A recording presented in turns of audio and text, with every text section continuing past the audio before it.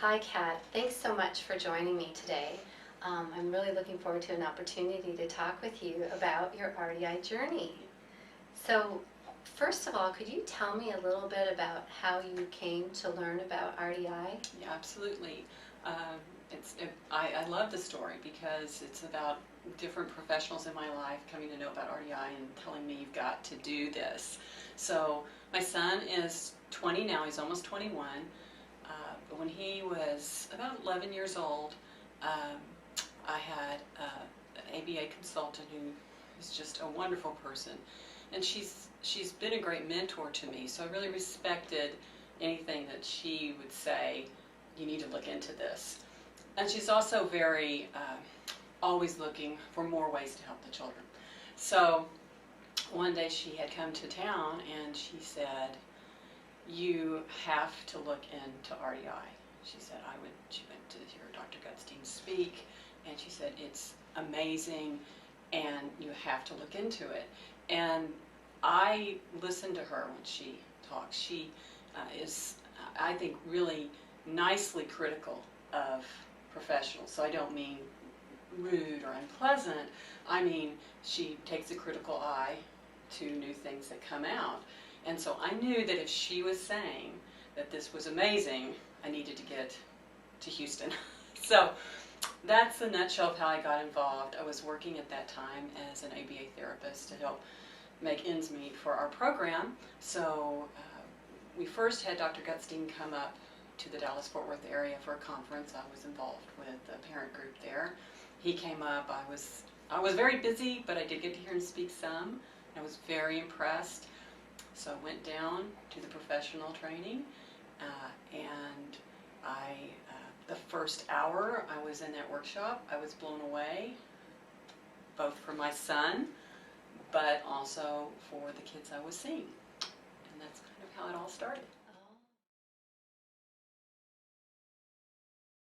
So you went through the training process, and can you tell me a little bit about that?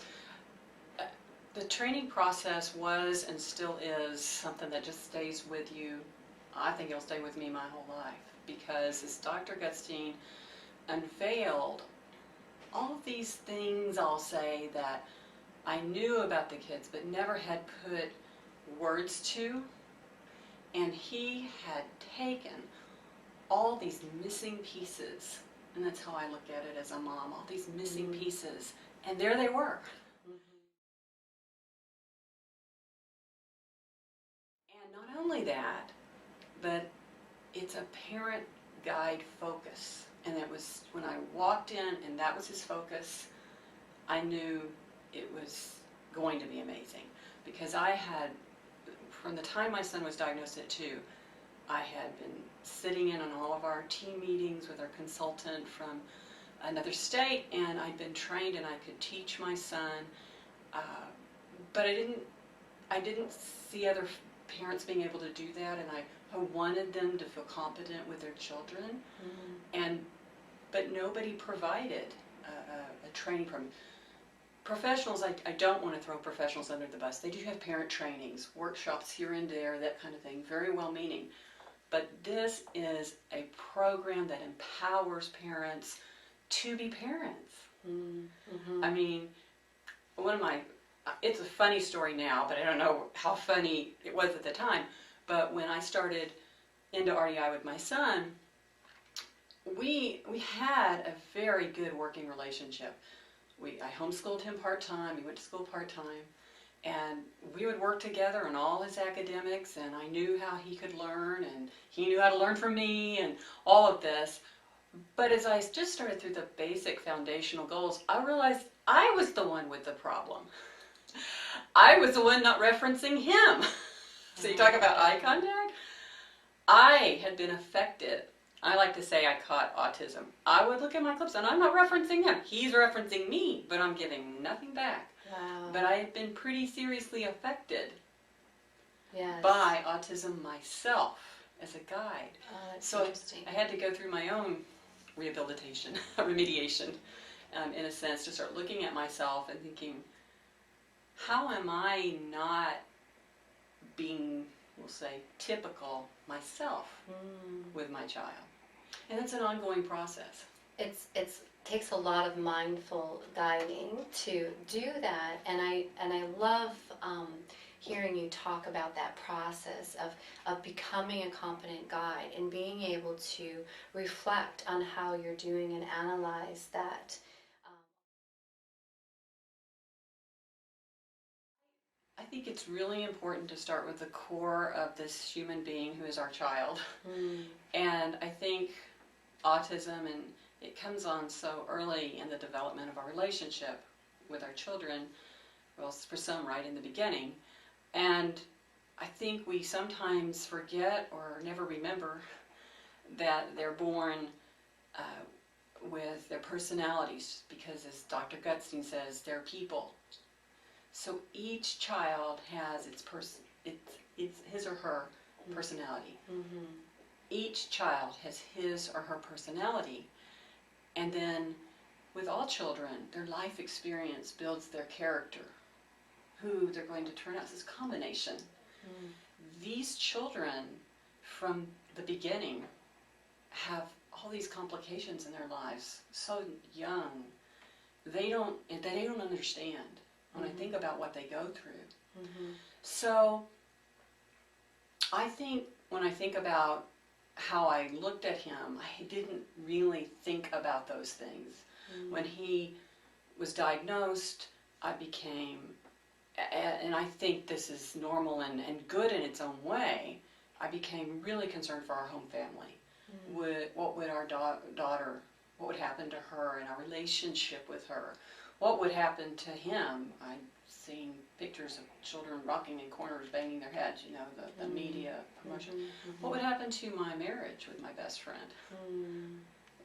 And so all of that affected all of us. Mm-hmm. And that's one of my messages to families about RDI.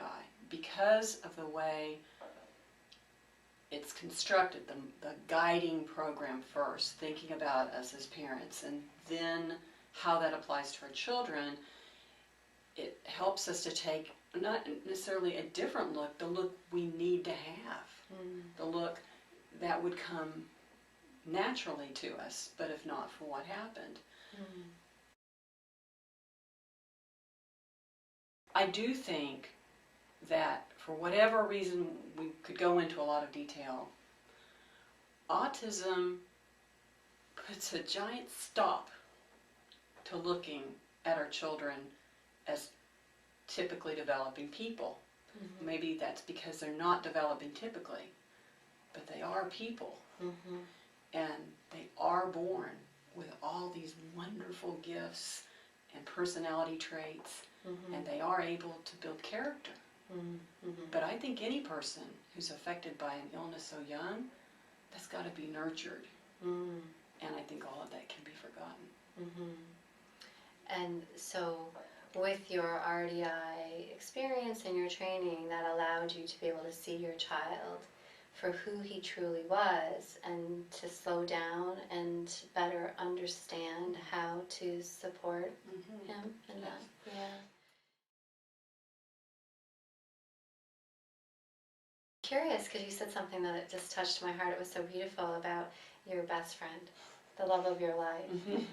And how has RDI impacted him and his relationship with your son and your marriage? Well, I always say that he, as a dad, is a natural guide to his children. Mm. When my son was 3, he was teaching him how to ride a bicycle. Mm. And it was harder, but he broke it down, and he's not an imperative person. He's very guiding in his tones and the way he even mentors people from his work. And so, but I think for him, it gave shape to what we needed to do, because he didn't know what the shape of his guiding and what he needed to think about. He thought about some things very naturally, but he didn't have that, we'll say, mindset of these things that I need to focus on. So I think it really helped him. Mm-hmm.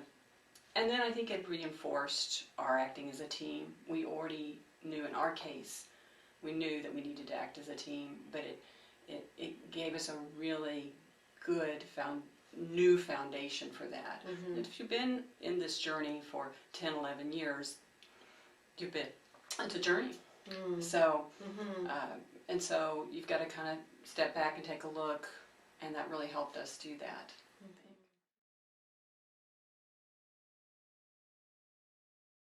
My son has had, he's 21 years old, and his entire life he has had to struggle to learn to be able to verbalize.